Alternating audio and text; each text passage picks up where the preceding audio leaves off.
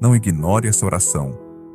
Se este vídeo apareceu para você hoje, talvez Deus esteja quebrando um ataque espiritual que estava vindo contra a sua vida. O Salmo 91 declara que o Senhor protege seus filhos de todo mal visível e invisível. Agora eu oro por você.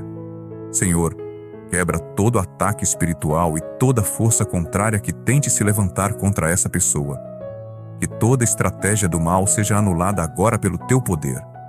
Cobre essa vida com tua proteção e coloca teus anjos ao redor dela. Guarda sua casa, sua família e todos os seus caminhos. Em nome de Jesus, amém. Se você confia, escreva nos comentários: todo ataque cai agora.